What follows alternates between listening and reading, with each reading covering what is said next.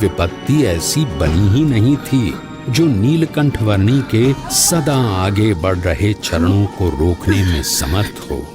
चाहे वो सफेद बर्फ से प्रतिबिंबित होकर आंखों को चौंधिया देने वाली सूरज की किरणें हों, या साक्षात मृत्यु के समान उमड़ते बवंडर।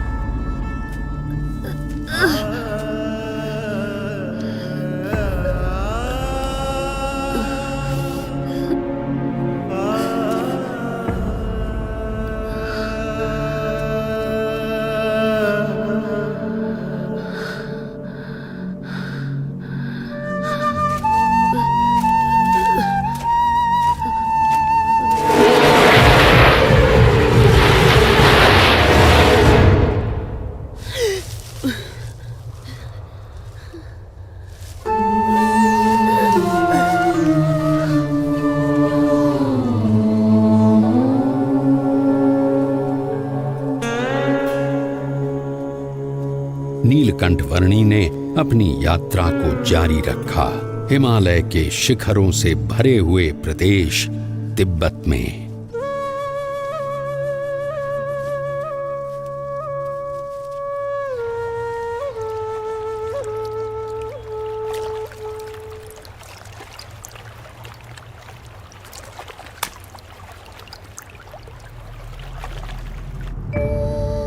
हिमालय के उत्तुंग बर्फीले पर्वतों का विश्व तिब्बत, जिसकी औसतन ऊंचाई 16,000 फीट है और जो विश्व की छत कहलाता है, वहां शीत ऋतु में 0 से नीचे 40 अंश तक के तापमान में नीलकंठ वर्णी अकेले मानसरोवर की ओर बढ़ रहे थे।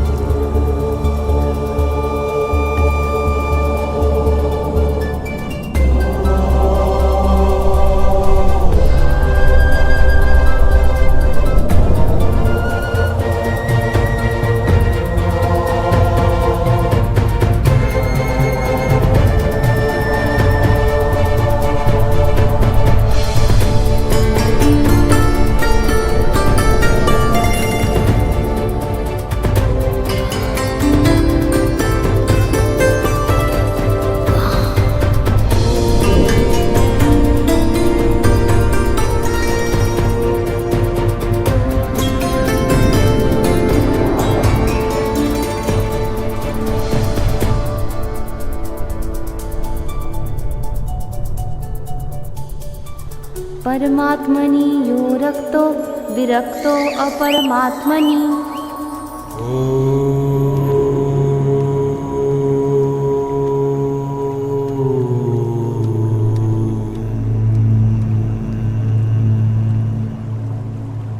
ज्योतिर्मठ से मानसरोवर की यात्रा शुरू करने के लगभग 4 महीनों के समय में नीलकंठ वर्णी आ पहुंचे कैलाश पर्वत के निकट स्थित क्षेत्र में।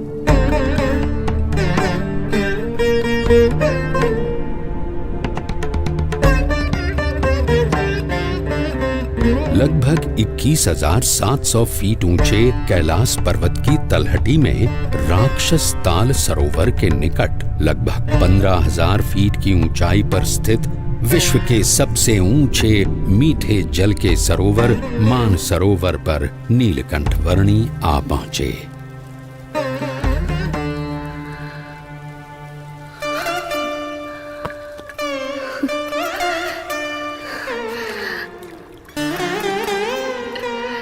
मानस क्षेत्र की प्राण घातक शीत ऋतु में नीलकंठ वर्णी ने संकल्प किया लगभग 320 वर्ग किलोमीटर में फैले हुए मानसरोवर की लगभग 88 किलोमीटर लंबी परिक्रमा करने का।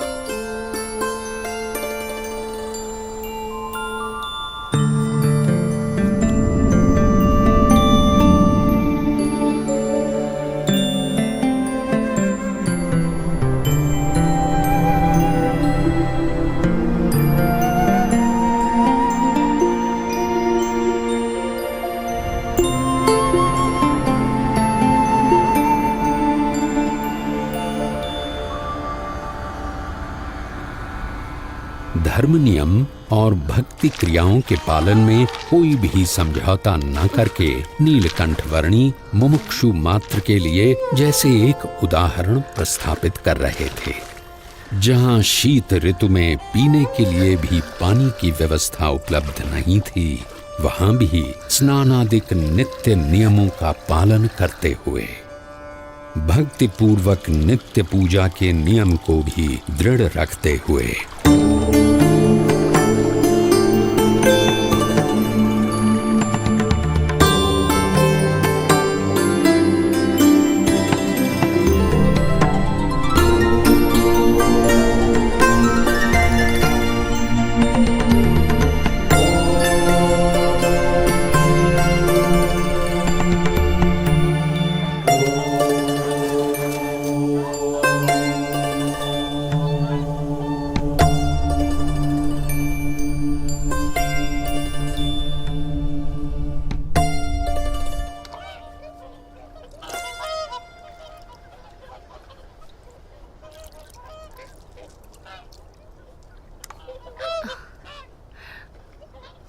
इस जन्म में आप सब हंस हैं और अगले जन्म में आप मेरे परम हंस बनेंगे।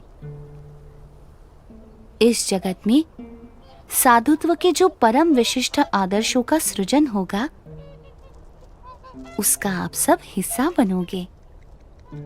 पश्चिम दिशा में मुमुक्षु मेरी प्रतीक्षा में है। भविष्य में वहां मेरा कार्य क्षेत्र होगा। समय आने पर आप सबको वहां मनुष्य जन्म मिलेगा। मैं वहीं आपको मिलूंगा।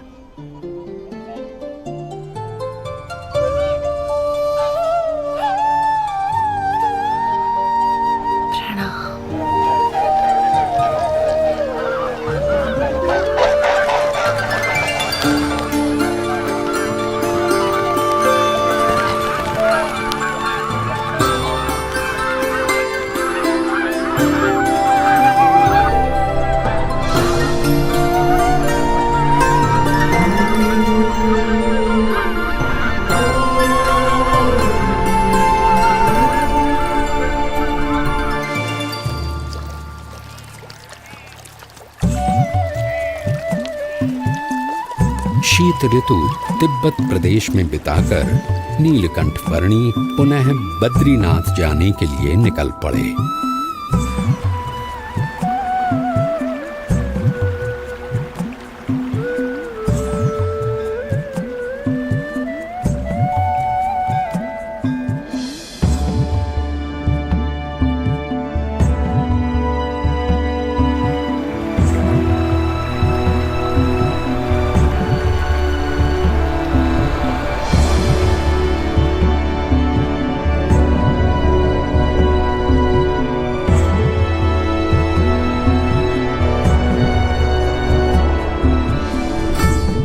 अलकनंदा नदी के किनारे स्थित बद्रीनाथ में नीलकंठ वर्णी पुनः आ पहुंचे।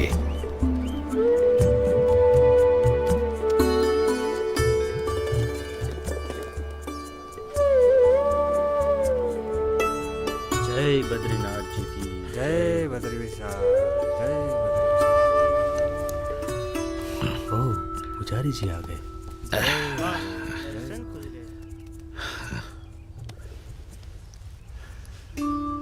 नमो नारायण, नमो नारायण। जय बद्रीनाथ पुजारी जी।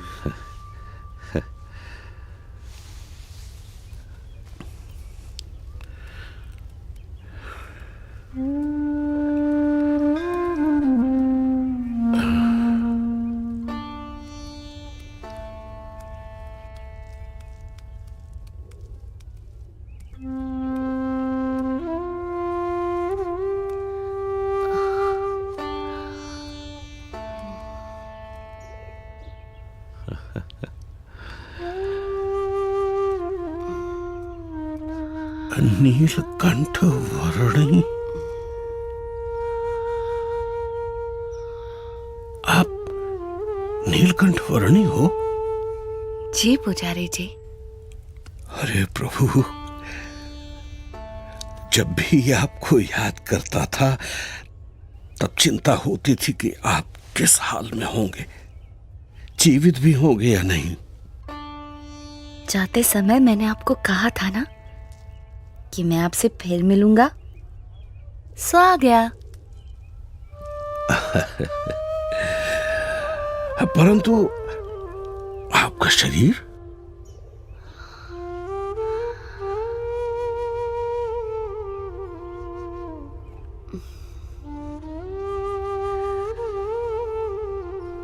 कितना दुबला पतला हो गया है। चलिए सबसे पहले कुछ अन्न ग्रहण कर लीजिए। आइए प्रभु, पधारिए। यहां से चलिए प्रभु, इस तरफ से पधारिए।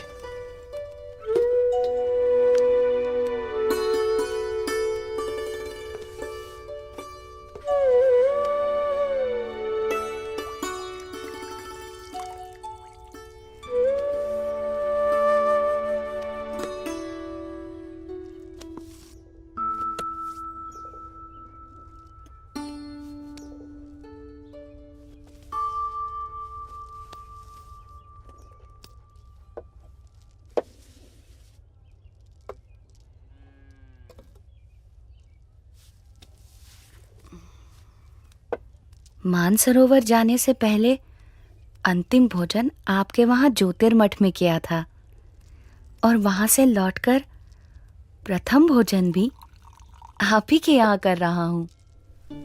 अकल्पनीय। वहां ऊपर 6 महीने तक आप क्या खाकर जीवित रहे? वायु।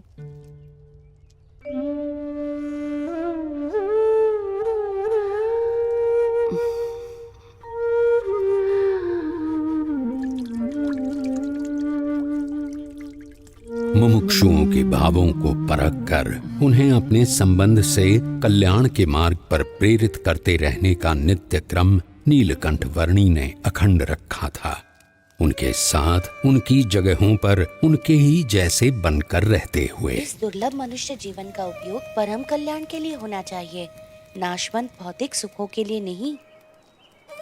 और कभी प्रत्यक्ष रूप से साथ रहने का योग ना रहे तो अपनी स्मृतियों और वचनों के सहारे कल्याण के मार्ग पर चलते रहने का सुयोग करवाते हुए।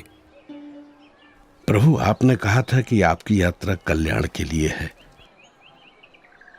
परंतु आपकी इतनी कष्टदायक यात्रा से किसी का कल्याण कैसे होगा?